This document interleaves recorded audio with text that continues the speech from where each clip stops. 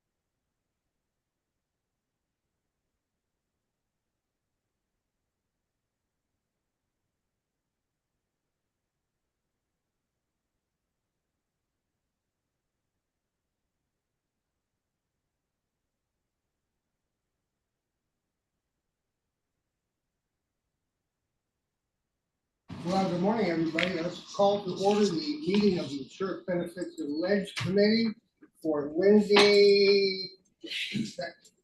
Where we are. January 7th. For this month already, so we don't have a quorum this morning, but we'll just move along through this agenda. Like we have good steps. Okay, thank you, Chair Robbins. This meeting is being conducted virtually and in person, so I will do a roll call of the trustees to confirm attendance. Ms. Ginsburg. Here. Mr. Razzo. Ms. Langton. Here. Mr. Rue. Here. Ms. Fessler. Mr. Pantoja. Mr. Green. Mr. Moore. Here. Mr. Kehoe will not be at today's meeting. Mr. Harris. Here. Chair Robbins. I am present. Staff participating in the meeting include Acting CEO Louis Lugo, AEOs JJ Popowich and Laura Guglielmo, Chief Counsel Stephen Rice, Legislative Affairs Officer Barry Liu, Assistant Division Manager of Retiree Healthcare Leilani Ignacio, Consultants Stephen Murphy and Michael Zito from Siegel. Trustees, please use the raise your hand Zoom option to be placed in queue. At this time, we ask all meeting participants to mute your mics until you are ready to speak, and we may now proceed with the Recording agenda. in progress. We have one request under SB 707 for just cause due to physical condition received from Trustee Moore. Mr. Moore, can you publicly disclose if there are any persons 18 years or older in the meeting room with you? There's no one in the meeting room other than myself. Thank you. And we can now proceed with the agenda. Thank you very much. So we have approval of the minutes, item 3A. We can't because we don't have a quorum. Oh, we can't even do that one, We right? can't vote. That's right. I forgot, we have to vote on approving the minutes. Public comment, anyone from the public? I have nothing. And there's no hands up out here in the audience, so we'll just go through our reports. Item 5, the engagement report. Barry Liu. Yes, good morning. Happy New Year, Chair Robbins and trustees. Some items of interest this month. The first one is about a recent hearing from the Senate Health, Education, Labor, and Pension Committee. This is a federal committee that deals with private retirement plans. But one of the topics they talked about was Social Security solvency, also talked about workplace plan access and long-term care. And as we know, Social Security is projected to be depleted by 2034, where benefits will be reduced to about 80%. So this is something that's 7 to 8 years down the road, but it's in everyone's radar. And Senator Sanders again has pushed to lift the payroll tax cap in order to increase funding and strengthen Social Security. And there's certainly bipartisan agreement on the fact that Social Security is a financial cornerstone for a lot of people. It might be their only source of retirement security. And then other things that they discussed were allowing workers as young as 18 to participate in retirement plans, because right now you're required to offer plans to people at age 21, but it's optional at age 18. So that was talked about. Also, another proposal was automatic re-enrollment of employees who, they get off a plan and they might forget to re-enroll again, and so don't continue saving. And then lastly, another topic we talked about was for caregivers who leave the workforce to provide caregiving. But when you leave the workforce, you no longer have access to a retirement plan and you're no longer contributing. So some discussions about how to maybe allow them to do catch-up contributions, as a result of being a caregiver. And then the next item is also about Social Security. So apparently there was a proposal to remove age as a factor in determining disability benefits under Social Security, which is a large part of the program. There was strong opposition to this because what this would have done was cause denials to a lot of people who apply for Social Security. And one of the concerns is that a lot of older Americans who do apply for disability under Social Security might not be able to get another job. So what happens is if you deny their disability benefits, they may end up taking early retirement benefits, which are then lowered in their Social Security benefits, and be detrimental that way.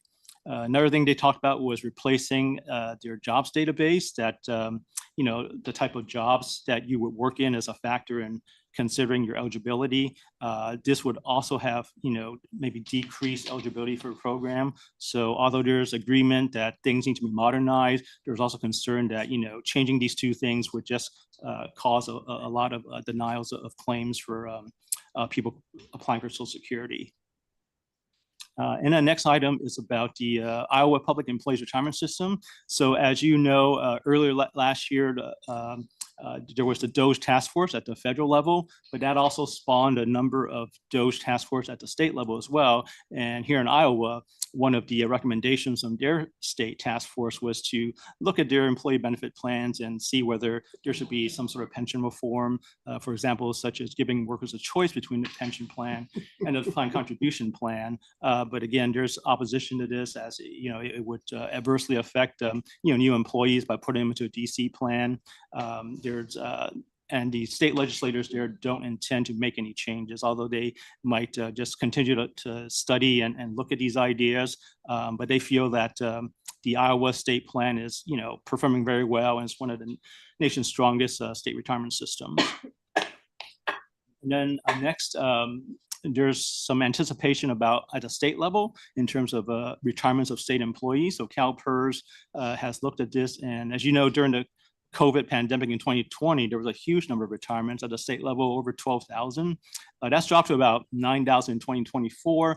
And then in 2025, it looks like there's a slight trend up compared to the same period in 2024. But one of the reasons for the decline was that a lot of baby boomers had retired, but then at the same time, with the for new employees under PEPPER plan, that's raised the retirement age for full benefits. So that's kind of forcing people to stay longer, in the workforce before retiring.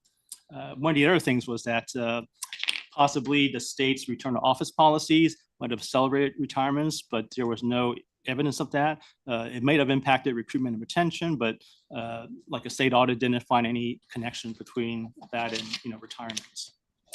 And then lastly, as you know, a lot of states have been doing their state-run IRAs for employees in states that don't have access to a retirement plan. So employers are required to sign up for these programs to allow deductions to the state-run program. What some states are doing, they're just forming a consortium. So there's a 6-state consortium between Colorado, Minnesota, Delaware, Maine, and Nevada, and Vermont. And Minnesota has been the latest to join this consortium.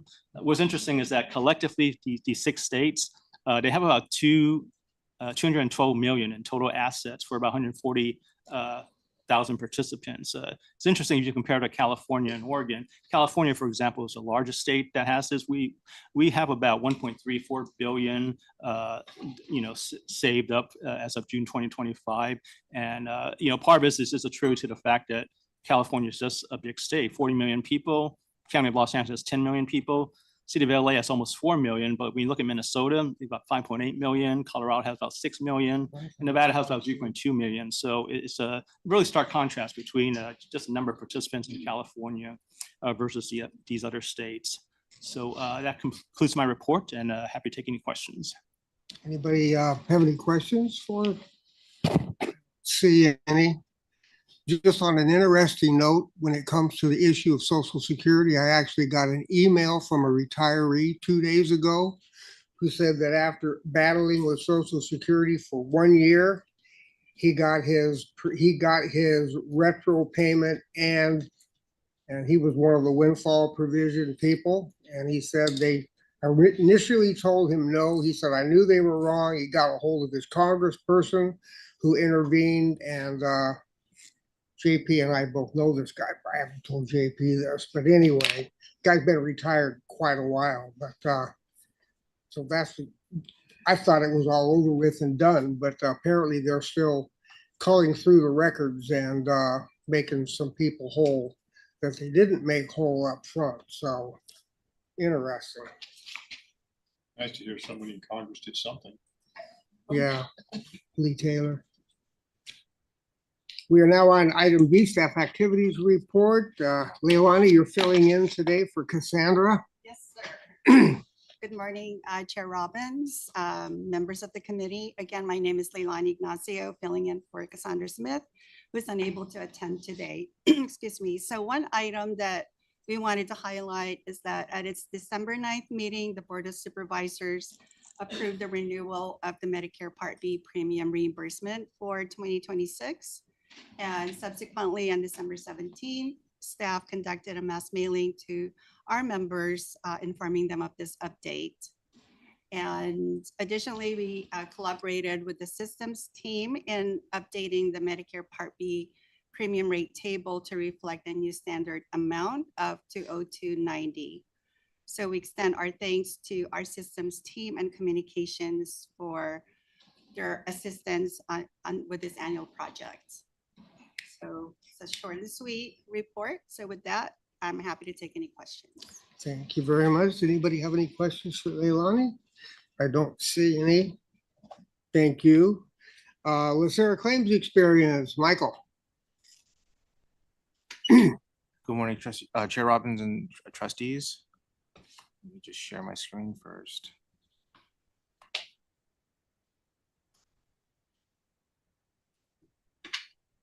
So today we're going to go through just a couple of slides with some specific updates. So for this exhibit, this contains the Anthem claims experience on an aggregate basis and by plan. We just made an update. We've included Siegel benchmark trends to give you a reference point in terms of comparing how the plan experience is compared to the benchmark trends for the most recent plan years. So for example, the Anthem plan through November 25, the year-over-year trend increase was 3.7% compared to the non-Medicare trend, benchmark trend of 8.6%, so it's a little lower. And for Plan 3, which is a Medicare supplement plan, the year-over-year trend increase was 12.3% through November 25, compared to the Medicare benchmark trend of 8.1%. It's higher than that. And then for the next exhibit, we want to focus on the lifetime maximum tracker. So this exhibit has been updated to reflect the $1.5 million lifetime maximum benefit for plans 1, 2, and prudent buyer. As a reference point, December of 24, there were 42 members at risk. For this period, the lifetime maximum benefit was at $1 million. And for October 25 and November 25, the lifetime maximum benefit was increased to $1.5 million. So the members at risk for October 25 and November 25 respectively are 34 and 38 members, which is lower since the increase of the lifetime maximum benefit. And finally, we have the rebates. This has been updated through September of 2025 on a per retired per month basis. The rebates increased from $203 to $231, which is a 13.8% increase. And the rebates collectively compared to the pharmacy claims as a whole represent approximately 30% of total pharmacy claims. Thank you. Thank you very much. Anybody have any questions for Michael? We'll save all the good ones for Steve. Appreciate that. Item D, federal legislation, but you can talk about anything else you want to talk about too, Steve. I'm going to stick to the script this morning. How's that? So included in your packet are 3 items. Leilani Ignacio commented on the fact that the Medicare Part B premiums for 2026 have been updated and processed on the county level. So that's been taken care of. In your packet, we've included some more detail just on the kind of various things that are impacted by Part B and could impact members. But again, from a LACERA perspective, things have been managed and taken care of. The second item in the packet is related to website accessibility. There are new standards to ensure that disabled members can access and process materials on websites. LACERA staff has been working on that, so that should not be an issue. And the last item in the federal packet is an annual report that Siegel prepares for sponsored plans, which LACERA is not, but it does provide a lot of detail with respect to COBRA administration, Affordable Care Act, et cetera. So that is in there for your reference, but there's, again, no action needs to be taken on the part of the staff or the board. So at that, I'll conclude my comments. Quick question. You know this was coming, but the bottom line is the non-renewal of the ACA subsidies. How long are we gonna know before we see the real impact of that? It's an interesting scenario because I think LACERA's population is a little bit different because your people are eligible and are going to enroll. For the broader kind of community, I think what we're going to see is for employers that are active plan sponsors, there are many employees that might have been better suited or qualified for the ACA subsidies. They were able to get coverage at a reduced cost, even relative to what they would get as an active employee. So I think what we're going to see is that there may be more people kind of moving from ACA subsidized coverage that may be wanting to re-enroll back into employer-sponsored plans. So that could have a longer term impact on kind of the active plan experience. May or may not, but again, that's a possibility. I think I saw something yesterday, which I didn't, to be honest, didn't quite fully understand. They didn't enact any changes in the subsidies, but they are bantering about the idea of extending the open enrollment period, which I'm not sure how that solves anything. If you can't afford it, you can't afford it. So I think they're scrapping, trying to find some answers or some solutions. So again, I wouldn't be surprised if something comes up in the next couple of weeks, but I think the break during Congress over the holiday probably gave members an opportunity to hear from constituents about the financial impact to them. So we'll see if anything comes of it, but at the moment, no changes. And I think it's kind of moving forward as is. Okay. Mr. Moore, you got your hand up. Yeah, on that question that you just raised about when will we see the impact, I was wondering the same thing, and I wanted to ask that question also about any signs that we can get from our healthcare providers on what it's going to start looking like. Because anecdotally, I had to go to the emergency room at Kaiser West LA this past weekend. And over the last 10 years, since I had a heart attack 10 years ago, I frequently go, I wouldn't say very frequently, but I'm not afraid to go to the emergency room when I feel something going on. And a couple of nights ago, I've never in 10 years seen that many people in the emergency room at Kaiser West LA. It was almost full. It was unbelievable. And I have to think that that's attributable to people not renewing their ACA insurance and just starting to use the emergency rooms like a regular doctor visit. Because I saw a lot of kids in there and coughing and crying and stuff. So I think there's going to be a significant impact just from that experience. And I wanted to know if there are signs that we can see or that our healthcare providers could give us as to what their experiences are being and what we can expect next year, because it could be a very large number. I think those are very good observations. I think anecdotally, the intent of providing the subsidies and coverage was to draw people away from emergency rooms and get them back into kind of the standard practice office, urgent care centers, lower cost areas that could treat many of those conditions. And so as a shift, the subsidies were being used perhaps previously to pay for those higher expenses in ER rooms. Could be an impact as an example at the county level. So if the county facilities and resources see an increase in care, that could also have an impact on budgets. So it's, again, really intertwined. It's not a clean line. So I think what kind of activity do we see at the county level, and how does that impact our budget? If we see spikes in ER use, declines in vaccinations or preventive care services. So there's going to be a mix of things, but it's, I think the most obvious one right now is the pure financial impact on individuals that have been using kind of the subsidized care. And I think we'll have to see where that takes us. Thank you very much, Mr. Harris. Yeah, if I could just ask, is there any movement? I had read that there was some move to increase or create individual health benefit accounts, I guess, to offset the fact that the subsidy is gone, so that people could get into although they would now have to pay more money to get the insurance, this money would offset the increase in deductibles. So it'd be a way to soften the blow of the subsidies going away. Have you heard, is there any move that's got any traction to make that happen, or is that just a pipe dream? Not that I've heard. Again, I could be referencing too. I think we've heard discussions about sending premiums directly to individuals as opposed to doing through subsidies, which again is just kind of a transfer. But again, I think some of those numbers were $2,500. I think the number that was being bandied about. Again, I have no idea what the relevance of that is. If I'm an individual, it probably looks great. If I'm a family, I probably fall well short of that. And again, I don't know if it's income adjusted. So my sense is there's talk, but I don't know if there's any pure kind of traction in terms of, okay, we've got a solution here to manage this short-term issue. Although I did hear that I think they were looking to try to extend the subsidies over 3 years to kind of take us to the end of this current term, but boy, I have no idea where that's going to go. Right. Your crystal ball is not that good. It's really cloudy. Thank you. I think along that line, I've heard from those on the right side of the political aisle back in Washington DC talking about the HSAs, the health savings. Yeah. But that's, what do they think that is? Magic money? I mean, where's that money gonna come from if they're gonna suddenly find to put into their health savings accounts, which aren't gonna pay for squat? When it comes right down to it, it's just political double talk.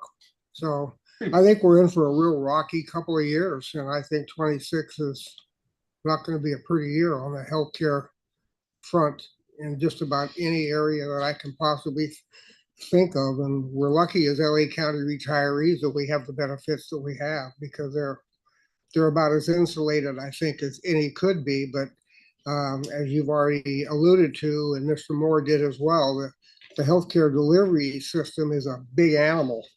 And what happens in other areas is going to indirectly impact our people, because not all of them live here. And we're already seeing what's going to happen in the red states, where they're going to close hospitals and clinics, and they're going to lose access. And of course, those that are going to have already seeing their insurance premiums going up by 50 to 100%. So stand by to stand by. Not just red states. With that, any other questions? We're on item 6, items for staff review. Nothing, Terry? Nothing? And items for future agendas. I have Other nothing. than our minutes, we're gonna have to approve Yeah. at the next meeting. Minutes on the next meeting. Good of the order, we'll just hold that off until the regular board meeting, and there's no other business. Motion to adjourn. And we are adjourned.